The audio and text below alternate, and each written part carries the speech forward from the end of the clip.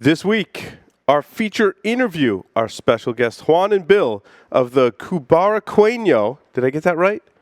Very good. Yeah. Cubariqueno Cigar Company. Debonair Ideal is going to be cigar dogs, as in pets, not like, I guess, dogs that are rolled for cigars. That would be a different segment. We're actually going to talk about dogs as the pets, which is good. In our Stogies of the week, I've got a bunch of stuff. I went on a little bit of a Davidoff kick, Davidoff and Avo, so we'll talk about that. I reviewed some of the more recent Yamasa stuff and a whole bunch of other stuff. So make sure you stay tuned because this is the Stogie Geeks Show.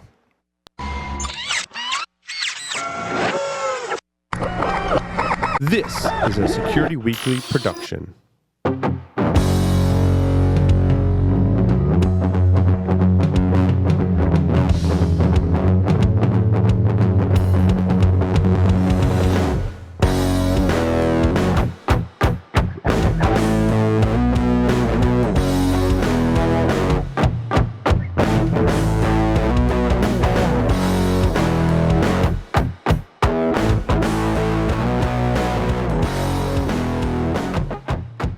Brought to you by paying homage to the Mecca of tobacco, Pinar del Rio, Cuba. Abe Flores opened his PDR cigar factory in the Dominican Republic over 10 years ago. Abe is one of the hottest boutique cigar makers in the industry today, earning the number 10 spot on Cigar Aficionado's top 25 cigars of 2014 with the Abe Flores 1975 Serie Privada. Abe and his team use Cuban blending traditions in a modern boutique Dominican factory. Smoke PDR cigars and cut, light, and taste what they love to do. M. Bombay cigars represent the most admired cigar culture of Cuba. They select the best of the best quality tobacco to use in the aging process. M. Bombay cigars are then rolled in Costa Rica by some of the most experienced cigar rollers, giving it a unique smoking experience. The band portrays the detailed and artistic nature of our small industry. Try the M. Bombay Casera, M. Bombay Mora, and the recently released M. Bombay Havana. M. Bombay cigars, where the cigar is a way of life. I love that I get to smoke cigars and call it work. Hey, Paul. What's going on, cigar newbie? I'm halfway through this cigar you gave me, and I was wondering if I could put it out and save it for later. No. Well, I wanted to try the Liga Privada with the Connecticut wrapper, and I was wondering where I could get some of those. Yeah, so those don't exist. Well, I also have some of the cigars you gave me from before, and I was wondering if I could store them in my refrigerator. Only if you're going to eat them. Don't be like Mark. Subscribe to Stogie Geeks Shorts with Paul and Will, a 10-minute show about all things cigar smoking. We provide tips and tricks on humidification, cigar storage, mini reviews on select cigars, accessories, and more. Stogie Geeks Shorts is one-stop shopping for learning about which cigars to smoke and the right way to cut, light, and store your favorite stogies. You can watch Stogie Geeks Shorts on our YouTube channel or subscribe using your favorite podcast app. For all the latest episodes, visit stogieshorts.tv. Hey, Paul, this cigar is awesome, and I wanted to share it with you, and I was going to cut it in half. Oh, boy. You need to watch Stogie Geeks Shorts.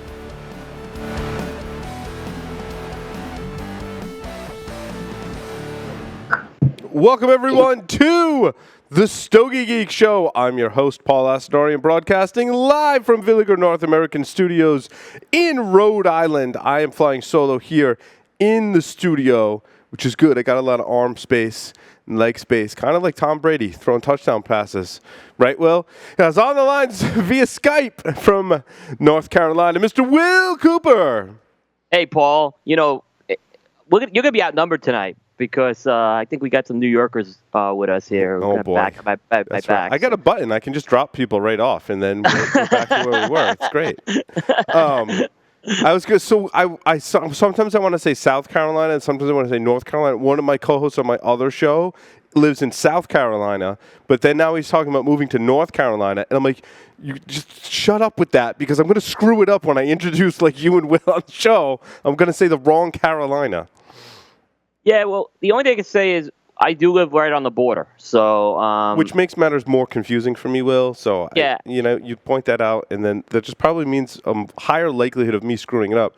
because I think he's moving in the same area. I think he said he's moving into the Charlotte area. Yeah. You have to let me know. Yeah, it's Then we can have a big party when we're out there. Yeah, definitely. Just so much stuff going on, Will. I could talk all night about some not cigar stuff, which is just hilarious. That like literally moments of foot. So apparently, if someone's listening to a podcast on their iPhone or their Google phone, or my guess is the Alexa thing, and you say something like, "Alexa, order adult diapers," it actually like responds to your voice command when they play the podcast. Oh boy! Which I had a listener like tweeting me and be like, "Yeah, thanks for like stop." I was like listening to your show and I was trying to follow directions, and you said Siri do something, and my phone like completely stopped. Why Alexa? Is it just sign of? Alexa's Amazon's Echo thing. Okay. Yeah, that's their voice controlled AI software they build into their products. Interesting. I never knew that. You never saw a commercial where like the daughter's boyfriend's standing on the lawn and he's like, "Alexa, turn on the sprinkler system," and it sprays them? Oh, yeah. I know what you're talking about. Yeah. I don't know how I lived without having my sprinkler connected to my smart home. Now I don't know how am I possibly living without it being voice activated. It's an issue.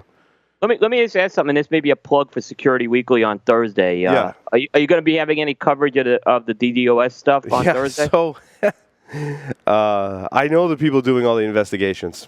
So the young lady that's quoted in the press as having tracked back that bad activity that was happening on Friday to internet-connected devices, her name's Allison Nixon. She's actually a good friend of ours. She actually used to be a co-host on our show.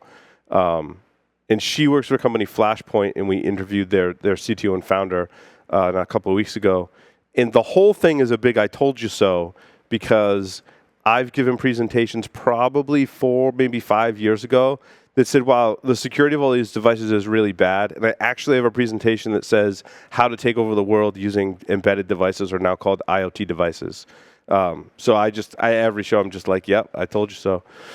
I get to say that a lot now for whatever it's worth, which is really nothing. But I do want to see the problem get better, and it will get worse before it gets better. Because that attack that happened on Friday, that's going to happen. That was just like a test. You know what I mean? That wasn't even the actual attack. So wow. So definitely encourage folks to check out Paul's securityweekly.com on Thursday at 6, right? Yes, and don't if the attackers are listening, like leave our stuff alone and like the services we use. So like YouTube's pretty important to us and stuff, and like our website. So if you could just exclude those, that'd be awesome. Thank you. Yeah, just at least let's get through Stogie Geeks tonight. That's right. Yes. So Will, why don't you introduce our special guests for this evening? Hey, a couple of guys I've really gotten to know over the past couple of years. They're from Cubariqueno Cigar Company. We have Juan Cancel and Bill Ives making their full Stogie Geeks debut. I actually interviewed them down at La Zona Palooza. But Juan and Bill, welcome to the show. Thanks for having us, Will and Paul. Yes, thanks for having us. It's an honor to be here. Yes, it's nice to have you gentlemen on the show. How did you get started making what I think is fabulous cigars? This is my second one that I've smoked, and I really like it. So tell us how you got started. I'll start the story. I'll let Bill finish it. So about 2 years ago, there's a cigar bar over here we hang out called Berkeley Humidor in Berkeley Heights, New Jersey. And it's me and Bill's one of our local spots. We're always hanging out in there. And we're smoking one day. We got to know the owner, Bill Agatis. And we're smoking in there one day, and Bill says, you guys are pretty well known on social media and stuff. Why don't you guys think about making your own cigar? At first we laughed. We said, yeah. He goes, no, I'm serious. You guys should think about maybe making your own cigars and find the right guy to back you.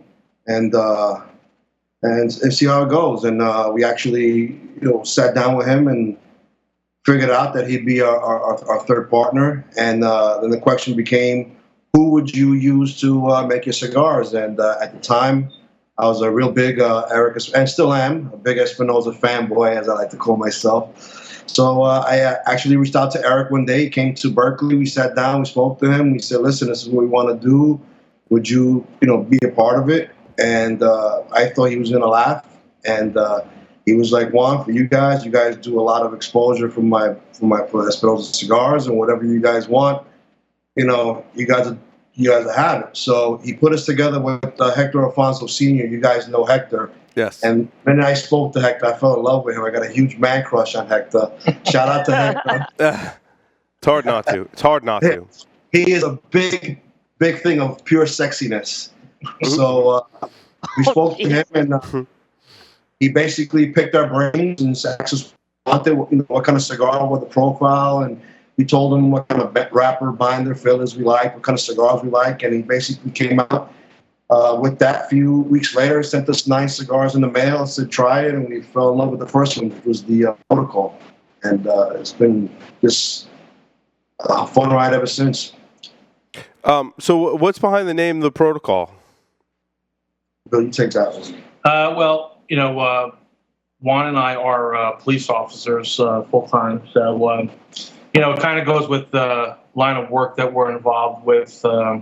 We had a whole bunch of different ideas. It doesn't really, it's not too catchy if you just throw a badge right there on the cigar band. I don't think anything really stuck out there for that. So we used the graphic designer Anthony Jimenez from La Zona. He did some excellent work. He kept picking our brains, and then finally we came up with this design of the P. And the inside of the P, the one that you're smoking there, is the blue one. That signifies the thin blue line for police officers. Obviously, it's tough being a police officer these days, and we wanted to pay homage to our profession. Oh, that's really. I didn't know that's what it had stood for. So, we thank you guys for everything that you do. I'm certainly in that camp. I have a lot of friends and family that are police officers or law enforcement. So, tell them the story of how you came up with the name. This is behind it. Well, there's usually the best stories start where there's drinking involved. So, right, yeah. My expectations are high now.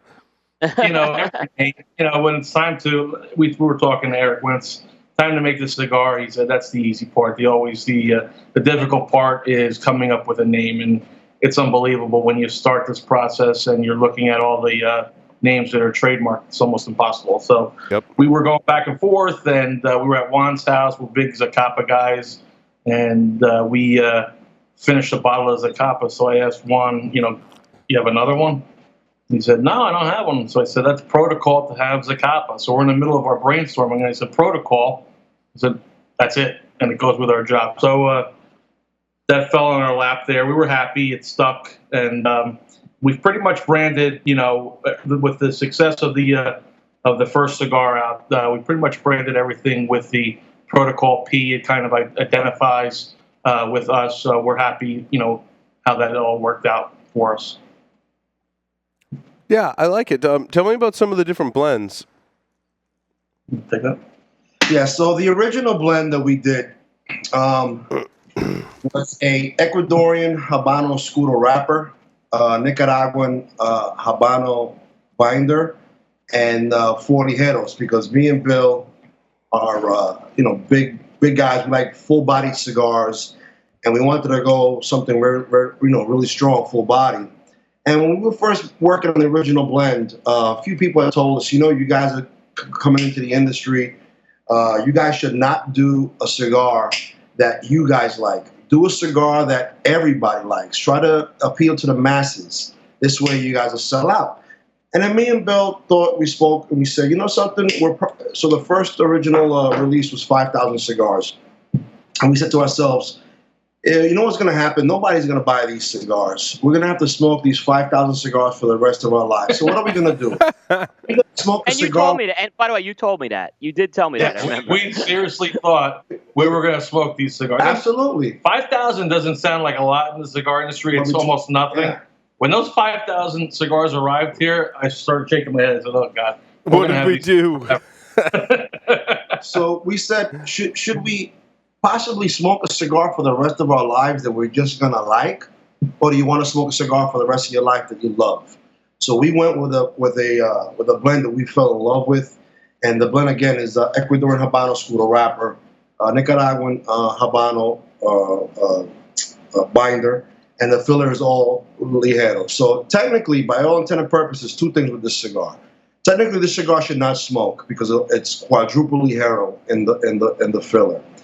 And then it should not smoke, number one, and number two, it should be so harsh you couldn't even smoke it. But the guys always break my balls for this next line, but I say the double Habano really creams it out. Because one of the characteristics of Habano's tobacco is very creamy. So when you have the double Habano on there, it just creams that cigar out, and it balances, and it smokes well, and it tastes great, and it's a testament to the quality that comes out of La Zona, and man, we couldn't be happier with that. So we came up with the first one. Now wait, so that's the blue label?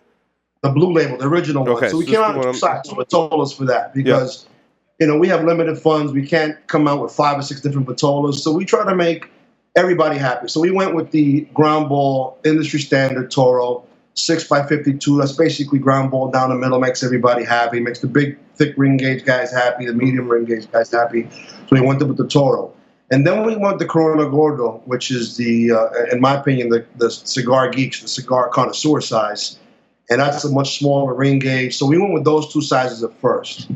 And then the year after that, we wanted to come out with a new size, an extension of the line. So we did the Lancero. And the way the Lancero came about is pretty funny. So we come out with the Toro and the Corona Gordo, and we ask Eric, what would be a good size, a third lineup? He goes, I don't know, do whatever you want. So I tell him, all right, make me a 6x60, make me a Robusto, make us a Lancero, make us a Churchill, da-da-da-da-da. So he made us like 4 or 5 different cigars. I went to Nicaragua last year in February, and I smoked them. The 6x60 was just all right. The Robusto was okay. The other one, the Churchill, was all right. When I lit that Lancero in Nicaragua, man, my hairs just stood up. I was like, wow, we have something very special. The minute I smoked it, as I'm smoking it, I FaceTime Bill in Nicaragua. They have Wi-Fi, thank God, over there. I'm like, Bill, you got to look at this. This thing's amazing. It's phenomenal.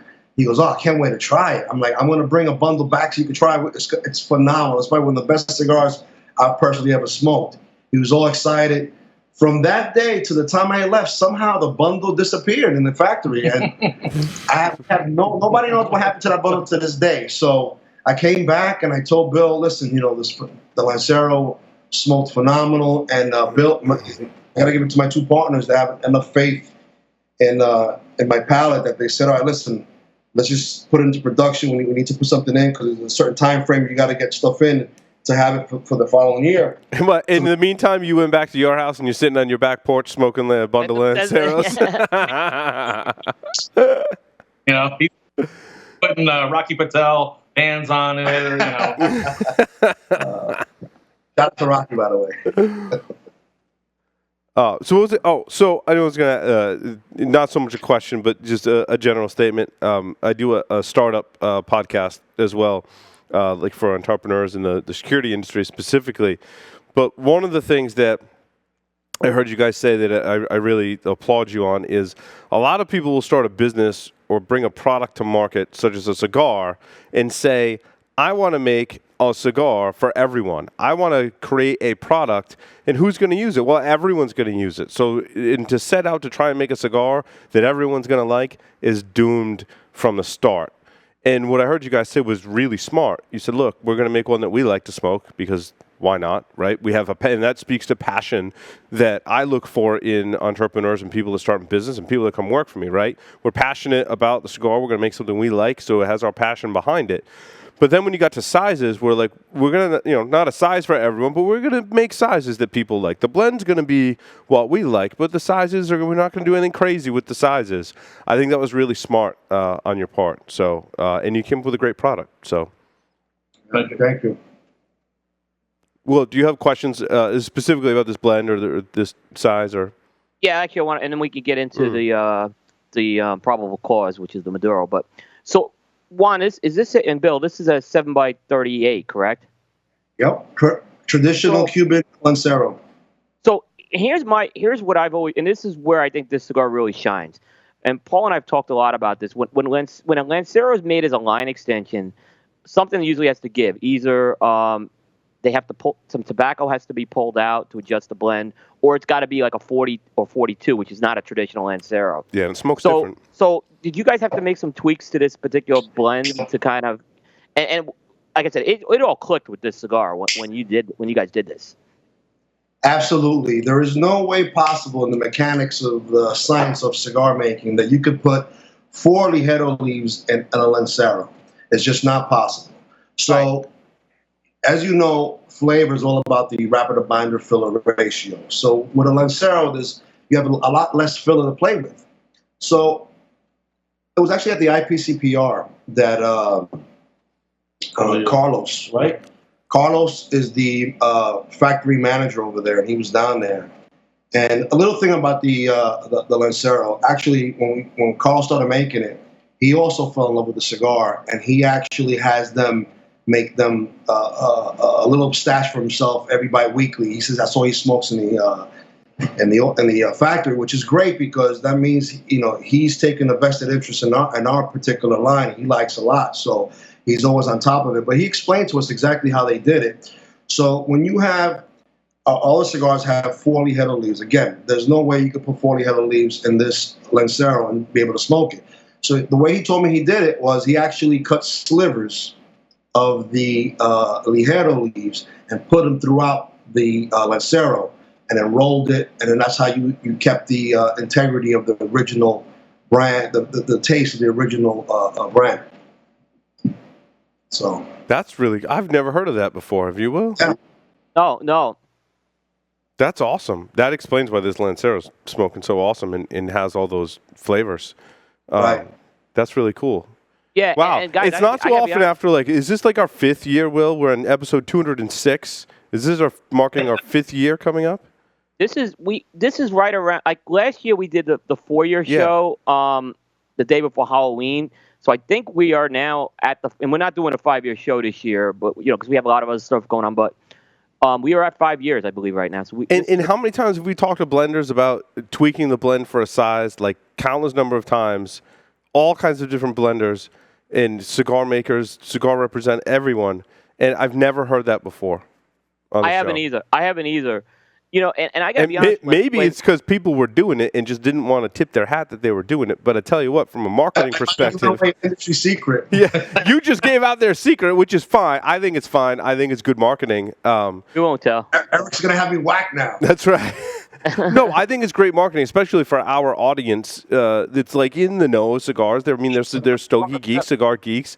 They're gonna think of that like I do and be like, wow, that's really cool. I really like that method. I really want to try that cigar. The funny thing is I remember when I was at La Zona Palooza, these guys gave me the Lancero after I talked to them, and I took it back to smoke it on a clean palate. And I got to admit, guys, I was like, well, I hope this sells for them because like Lanceros just don't sell, right? Yeah. And it's such a good blend, right? And I'm sure it was going to be good. Now, first of all, the cigar blew me away. I thought it took the blend to the next level, right? But the cigar just seems to be this Lancero just seems to be doing really well from people I know who carry this cigar. So were you guys surprised at the reaction you got from the Lancero? Yeah, we've gotten a lot of feedback from other manufacturers, like you said, that the Lanceros really don't sell that well.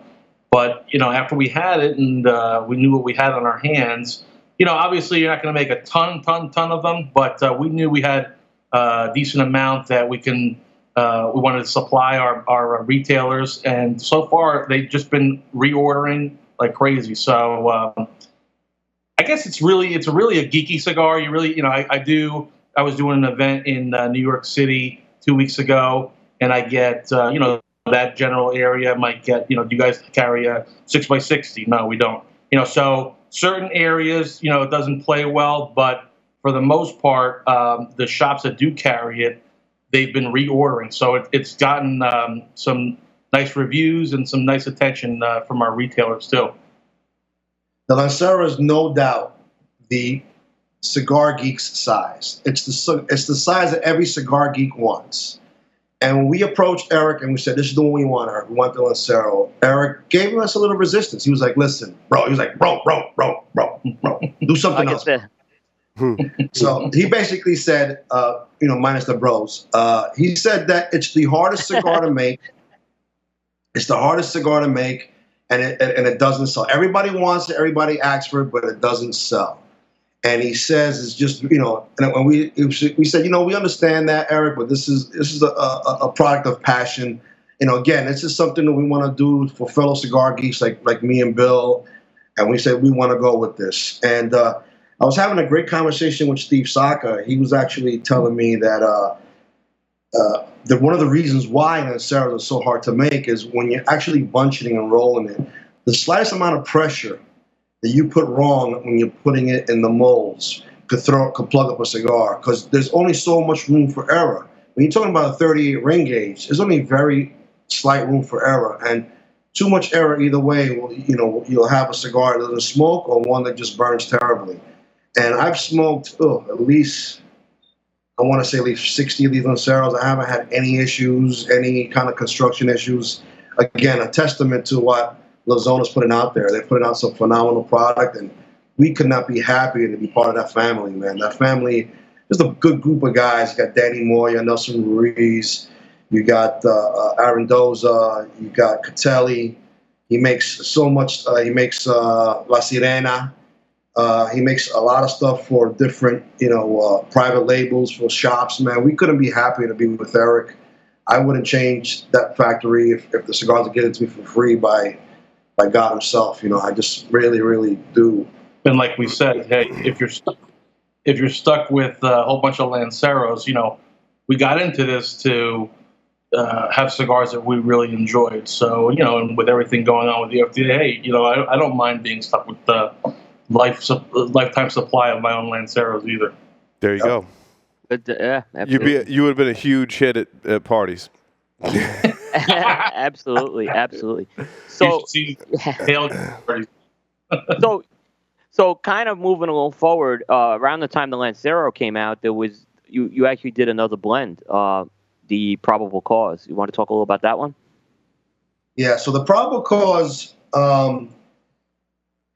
If you asked me 5 years ago, Juan, you're gonna come out with your own cigar one day, I would have said you were crazy. But after I got off with the initial laughter, if you want to come out with a cigar, what would be the wrapper? And I adore Mexican San Andreas Maduro wrappers. I just love all the characteristics of that wrapper. I like the earthiness, the sweetness, a little bit of cocoa, the wet earth smell. I just love everything about it. And I was like, I definitely want to do a Mexican San Andreas. It didn't happen with the protocol, the blue protocol, but when we came out with a second one, I was like, listen, we got to try a Mexican San Andreas. And we all know by smoking the Murciélago and some other stuff that Eric has, he does some phenomenal work with Mexican San Andreas. So we, again, went with Hector, and we told Hector we wanted something that we, I guess, change a little bit, have something that's a little less bolder, but still full flavor and full aroma. So we said, Eric, we want something with a Mexican San Andreas. It's still a nice kick in the mouth, but not as powerful as the original protocol. And he spoke about the blend and what we liked when we liked. So he wound up sending us samples of this, and it had a Mexican San Andreas Maduro wrapper with Nicaraguan binders and fillers. And when we smoked it, we fell in love with it. And it was kind of reminiscent of the original Murciélago a little bit, but still has a little bit more of a kick to it. And I fell in love with it the minute I smoked it. I love both of them, but again, since I always loved this Mexican San Andreas wrapper, this is the one I really enjoy. So we came out in two sizes with this. We did the Churchill box press. It was a 6 by, was it 48, right? It was 6.5 by 48. 6.5 by 48. And then we did with the standard Robusto, and we went that with round. And the box press is just, I love the way they both smoke phenomenal, but the box press Churchill's just smoking really, really great. I'm very happy. I was a big fan when Eddie Ortega came out with that Serie D. That was, at the time, Eddie. That was a great cigar. And to try to get something it was just like kind of a home run in our minds with a San Andreas like that. And we think that we've kind of found something as far as we're concerned, with our little twist. It's a great little San Andreas that we have in our profile right now. When I looked at that cigar, beautiful, and that's a beautiful San Andreas wrapper they put on for you guys. I mean, yeah. And at first thing I thought is, man, that's gonna be stronger than the protocol. Maybe it just looked dark, and obviously that's a wrong perception. But that was one thing I observed is this was a little more dialed back compared to that first protocol blend. But I think it really allowed those, and I'm critical of San Andreas at times, as people know on the show, but I've come around on it more and more. But that one, I just felt the flavors really shine. You didn't get the pungency of that wrapper. I felt I was getting those Nicaraguan tobaccos in there. So that was just another nice cigar you guys came out with. Thank you very much. We're proud of what we have here so far. Now, what? Go ahead, Paul. I was just going to say, I think Mexican San Andreas has come a long way in terms of the representation in the industry. I think blenders and growers have matured over time, such that, like 5 or more years ago, we weren't reviewing a lot of Mexican San Andreas. Now it seems to be like a staple that people use in their wrapper primarily. Same thing with something like a Pennsylvania Lajero. That was something we never really talked about, but now it's in a whole bunch of blends. So it's really great to see a lot of these newer, they've been around for, I want to say newer, but a lot of the, I think, wrappers that weren't talked about a lot years ago are now making it to the mainstream. So much so that guys such yourselves can create some blends and have a great Mexican San Andreas. I think that's what really is moving our industry forward, is access to all of this tobacco, perfecting all of the methods to get that tobacco in the consumer's hands. With the FDA wants to put challenges, but we're going to overcome those challenges the best that we can, of course. But I think it's great. Juan and Bill actually probably remember this, but maybe you do too, Paul. But you go back 5 years ago, when cigars were getting released, and you saw these dark Maduro wrappers. A lot of times you'd ask what kind of wrapper it is, and they say, "Well, we're really not quite ready to talk about it." And I heard that over and over and over again, right? And I remember when So finally, one day I'm with Jonathan Drew, and he was releasing the original Uzi, and he kind of gave me that answer.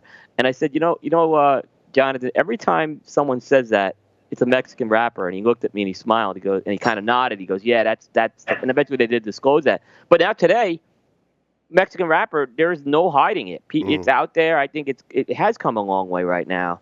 And I've even come around on it because I had some bad experiences with it early on, and I judged it a little unfairly. And yeah, now there's some great blends coming out with it.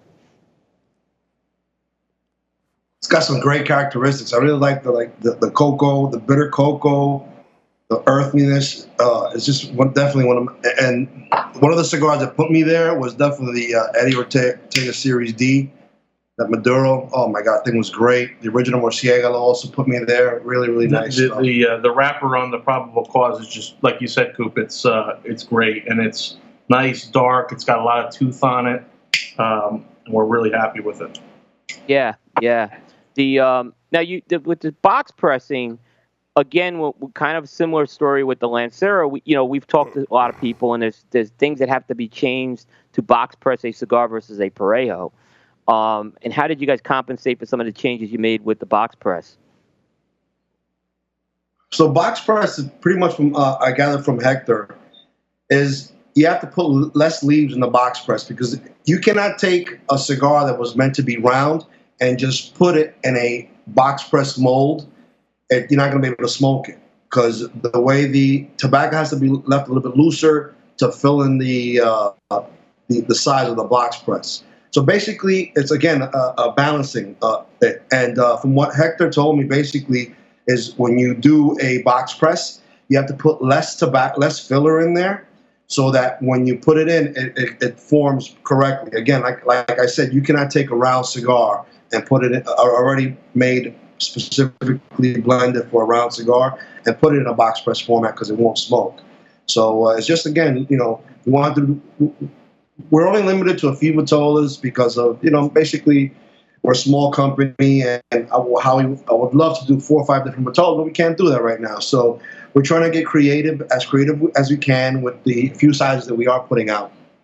So, and, we did this one and we've been very happy with it. So so let me start before we talk about what's next. How are you guys doing promoting your cigar? What are some of the ways you're promoting your cigar and getting it out there? And what are some of the challenges with that process, and how are you overcoming them?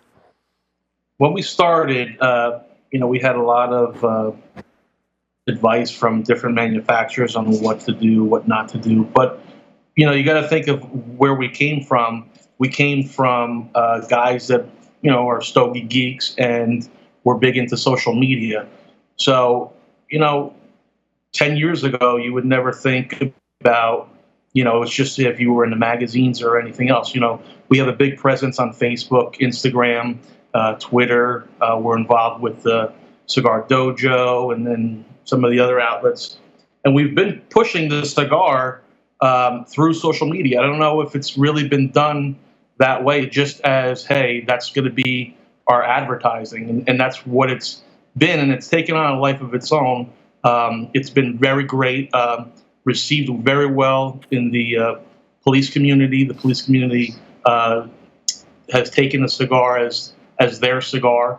I do see on different posts and forums if something happens to an officer and officers at home relaxing, they're dedicating a cigar, and it's normally the protocol to that officer. So I'm very proud of that fact. Social media has been able to have us have communication with people that we would never be able to reach, and the amount of people that we've touched so far with the cigar, and really kept the advertising to a minimum here. We're talking all social media. So that's what the route that we've taken so far. It seems to have worked for us, and we'll see what happens with the FDA, and if we can continue to grow, maybe we'll take a look at some other channels. But right now, we're social media guys. We've been pushing it. We have a little cult following going on right now with the protocol. And do you guys do all your own social media, or have you contracted some help with that?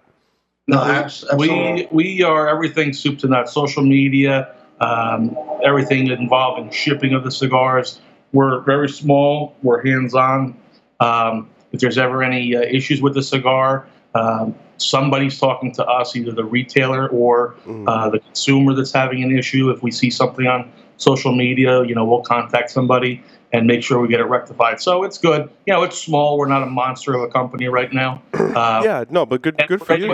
And it's manageable, and it's fun that way, because it's all, we're the typical guy out there that was smoking cigars, and we have a company now, and it's just fun being able to be involved in every different little aspect of the company, and we're learning. We did a lot of things in the first year that I know we probably would change a little bit, and we've grown and learned from some of our mistakes. But it's been fun being involved and being interactive with all of our consumers. Yeah, I mean, mistakes are probably my favorite quote is from a cigar guy, Winston Churchill, right? Success is going from mistake to mistake without loss of enthusiasm. Recently, guys, the FDA has announced, and I picked this up from cigar-coop.com, has announced that the samples regulations that prevents cigar manufacturers from giving out samples applies to the military. I know that a lot of my police officer, law enforcement friends are very much cigar enthusiasts. Do you see regulations or the social impacts of people just hating on smoking, that trickling down into law enforcement? I know some of my friends in law enforcement typically reach municipality, detective level. They can smoke in their cars because they spend a lot of time in their cars, and they have a car assigned to them and they can smoke in them. Do you see that impacting that culture of law enforcement in cigars? Absolutely. It's trickling down slowly, but it depends on the area that you work too. Mm-hmm. We have a lot of friends in the NYPD, and I think it's still old school NYPD. We have a lot of friends that are sitting there in the precinct, and they're in their back offices smoking cigars, and you see a lot of guys still smoking their cigars. But there are regulations about smoking in municipal vehicles, so a lot of guys are having issues with that. I think that the regulations are eventually going to, just trying to kill this industry slowly. Juan had just posted something. I know you had an article about with the troops. It's just when you read the article and how a manufacturer can't donate a cigar to the troops out there fighting for this country, it's just unbelievable. The thing about that is, so the regulation goes back to cigarettes, and this is again they're trying to lump us in with cigarettes because, from what I understand, cigarette companies were sending cigarettes to troops at one point, and I guess it was, there is an addictive nature to cigarettes. That's a proven fact, and it was stopped, I guess, because there is an anti-tobacco movement in the military to try to stop that spread of smoking. Again, something totally legal, cigarette or not, it's still legal. So now they kind of just took this one-size-fits-all mentality with the cigar industry, and they're saying this, because they're convinced, they know what's best for us, and that's what's just, and this is just wrong. It's just totally wrong here. I know Paul and I are we're taking a stance here. We're going to try to make sure we get cigars to the troops. Absolutely. However we can. Yeah, however we can. Private citizens can still send cigars, so Yeah. I think more now it's more incumbent on the private smoker more than ever to actually support Cigar for Warriors. It's just one of the organizations out there. Go to your local shop, clean out your humidor, make room for whatever you want, make room for protocol, make room for whatever. If it's incumbent on us, the private, well, now I guess I'm a manufacturer, but the private smoker, the private cigar smoker, to still, make it work. And they haven't said that private smokers cannot make donations. They still can to the troops. So Cigar for Warriors is still sending out cigars. Their donations now mainly from private citizens. So I urge everyone listening to, support Cigar for Warriors now more than ever with monetary donations for the shipping and actual cigars, since they're losing a big chunk from manufacturers. You're talking about Drew Estates, the big guys would give hundreds of thousands of sticks a year to these troops out there, fighting for our freedoms on the front line. And now, just overnight, we lost that. And I believe I read somewhere, somebody said, when you ask troops overseas, what do they want from the U.S., their number one request is actually cigars. Number two is, adult entertainment magazines and stuff. But, number one is cigars. And, why would you want to, what's the word I'm looking for, not allow our troops out there or hold that from our troops, that little bit of relaxation, that little moment, that mental break of where you're at, just to feel like you're home. It's America. Cigar smoking is America. You have a baby, you congratulate, you have, it's a boy cigar, it's a girl cigar. You get a promotion, you have a cigar, you win a game, you smoke a cigar. Why does this country want to take that away from its people is beyond me. And then on a second note, the second half to that is America is destroying the American dream, small business ownership. If these regulations go through and, we have to pay X amount of dollars for all vitolas, you're basically going to put small business out of business. And it's basically, it's terrible. I'm very saddened by the whole thing. Now, this is somewhat a logistics question, but I know in some retail shops that I frequent, as well as like when I go to the airport and I buy gum before I get on the plane, they have these little baskets and they say at the cigar shop, you can put cigars in here to send to the troops, and at the little convenience store in the airport, like you can buy snacks and stuff and put that in there to send to the troops. And I've always done that. Is that still not cool? Is it just cigar manufacturers? Yeah, I think, again, the private citizen could still give. Yeah, and there's a lot of events that we hold and go to other events, and there's still the guys that we know, the Cigar for Warrior guys, are there with a collection box, and they're taking extra cigars. You guys are always generous in giving, and I believe that that's still allowed, but if it's actually shipping out from a warehouse from a manufacturer, I think that's what they're trying to curtail here. I gotcha. Yeah, I mean, so that's a call to folks like us and retailers that we all need to work together to make sure that we're collecting cigars from the community and getting them in the hands of people that can get them to the troops. So that's something that personally I am going to look into and publicly state that I'm going to support that effort in any way, shape, form, or fashion that I can. Yeah, and and Juan made a good point. They need a monetary donation too, because the shipping costs are high. Mm-hmm. So for folks, donate your cigars, but they also need the help with the shipping as well. Yeah, and I think that's great for mass scale too. It's interesting. My friends that are going on deployment, I always make sure I get them a box of cigars before they go on deployment. Because that's an easy way, right? You don't have to pay shipping. I'm like, dude, put this in your bag and go take them and distribute to everyone that you're deploying with. And that's worked pretty well. But yeah, it's something we need to do. I agree. Absolutely. Go ahead, guys. Did you have something else you wanted to tell our listeners about, our fellow Stogie Geeks? touch something on a little bit more, elaborate more on what the question you asked Bill about us. And basically, it's a two-man show. We are the shipping, the president, vice president. We're the maintenance guy. And, we sweep, we mop, everything. This is basically a two-man show, me and Bill.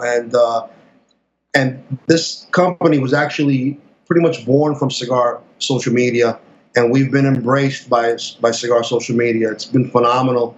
Like a lot of the Facebook pages, like Hoochly, Cigar Cartel.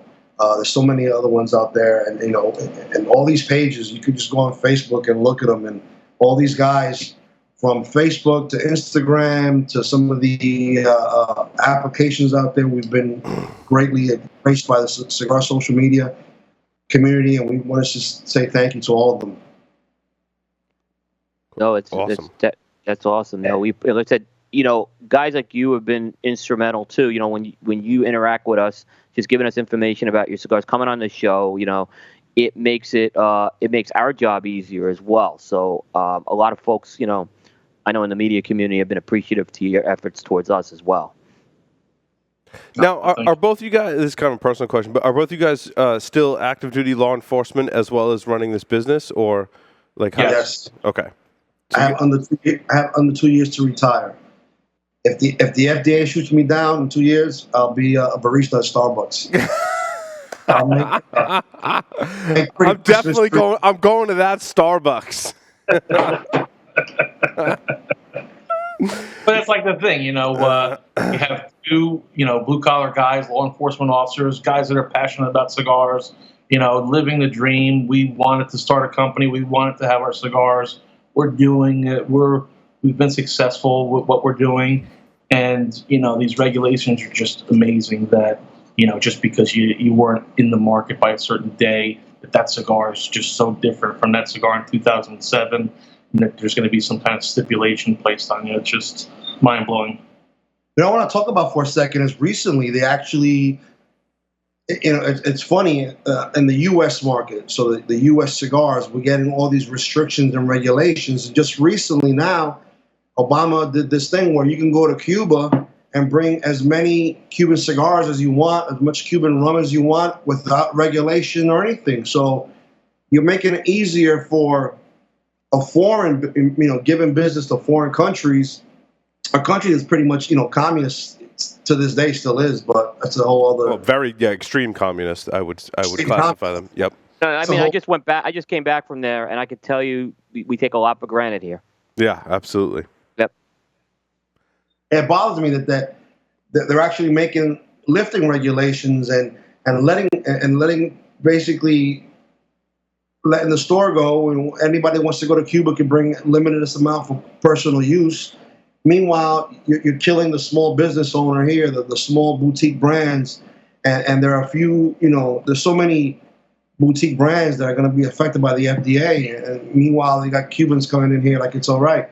What do you guys think about that? Well, I think that I don't think it's going to have a big of an impact as we think. I do agree that whatever tobacco products come into the U.S. that represent cigars should be all regulated the same exact way.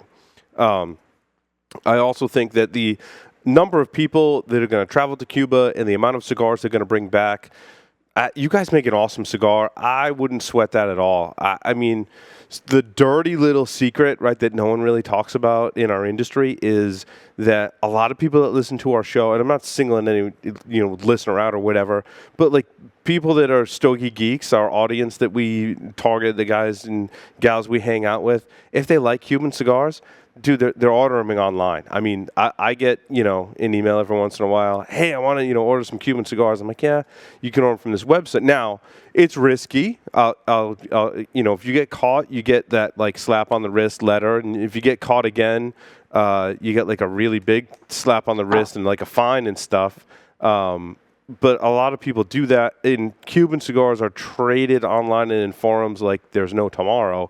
Amongst our smaller, like Stogie Geeks community within the cigar community. So people that really want them, my point is they're getting them. And it's not the only cigar that people are smoking. I know very few people that like only buy Cuban cigars, or that's like even the majority. I mean, a lot of people, not a lot of people, some people that's a lot of what they smoke. But those same people that smoke a lot of Cuban cigars, in my experience, they're the same people that are buying your guys' cigars and smoking your Lancero and going, "Hey, well, it's really good. I'm gonna buy a box of those. You guys want to go going half of me in a box, right?" And I think, Will, you're a testament to that too, because we hang in the same circles, and you've had these same exact conversations with our mutual friends, right? Like, Right. either hey, I'm gonna buy a box of Cubans. You want to split, or hey, I'm buying this new cigar. It comes out of La Zona and it's awesome. And I found a box at a retailer. You want to split? I'm like, yeah. So I think right now as it stands, it's okay. I'm not thrilled that it's kind of bypassing regulations, but I don't think it's going to have a huge impact. I'm more worried for you guys when the embargo gets lifted. Yeah, I was just going to say that. Okay, yeah. So if the embargo gets lifted and basically they allow the cigars legally now to be ordered online, as opposed to now the Cuban cigars, for example, now have to go through FDA regulations. So they have to meet before they can be introduced to the market. If that happens, that's going to be very ugly. And if they make an exception for Cubans on that end, that's going to be horrendous, especially for American business. Yeah, an exception would just be unconstitutional, in my opinion. I'm very worried about both of those things right now, because those things would be catastrophic if that happens. Because it's really like a political pawn right now. Yeah. That's exactly. And Juan brought up a good point. They're easing the regulations for these cigars. That's what's amazing. They're easing these regulations. Mm-hmm. So I get why people are I get it. People are upset. I don't want them to worry. I think I wouldn't worry, but I'd be angry. That's for sure. Yeah.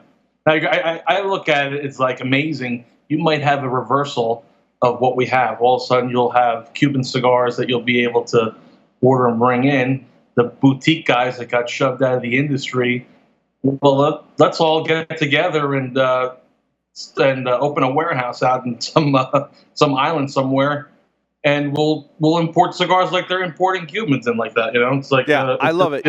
Having a computer security background and being a hacker since I was like 7 years old, I get you there. I think that's totally the way it would go. And I think what's going to happen is the people ordering those Cuban cigars online, at least 50% of those are not even going to be authentic Cuban cigars. At least I know when I order the non-Cuban cigars that they're going to be genuine and smoke awesome. And a lot of people have asked me personally, and I'm like, look, here's the thing. I've smoked a lot of great Cuban cigars. I've smoked a lot of great non-Cuban cigars. And the same goes really for any other cigar that comes from any other country.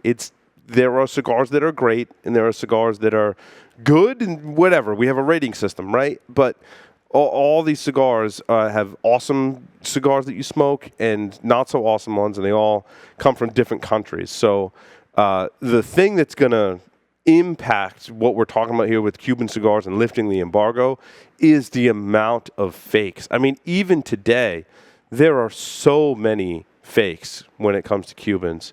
And I've smoked my fair share of fake Cubans. Actually, some of them aren't bad, and some of them are pretty horrible, but they're definitely not Cubans, right?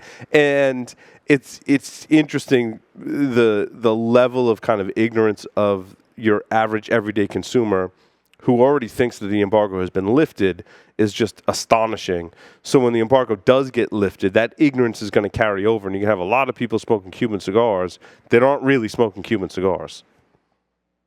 We were just at Famous for an event with Eric, and we were talking to the employees there at the retail shop. They said you wouldn't imagine the amount of people that have come in asking for Cubans, thinking that they're legal to buy now in the United States. Right. Yeah, my son started working retail. He's getting those questions as well. I mean, just based on the news over the last week, like, when are you going to be getting these in stock? So yeah. It's crazy.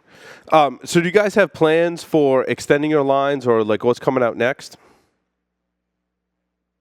Yeah, we won't talk too much about it. We want to have a little element surprise for the trade show, but we'll be there. We have a couple things that we've sold to a few shops to satisfy the FDA regulations, and we're excited for the new cigars that we have coming out. Awesome.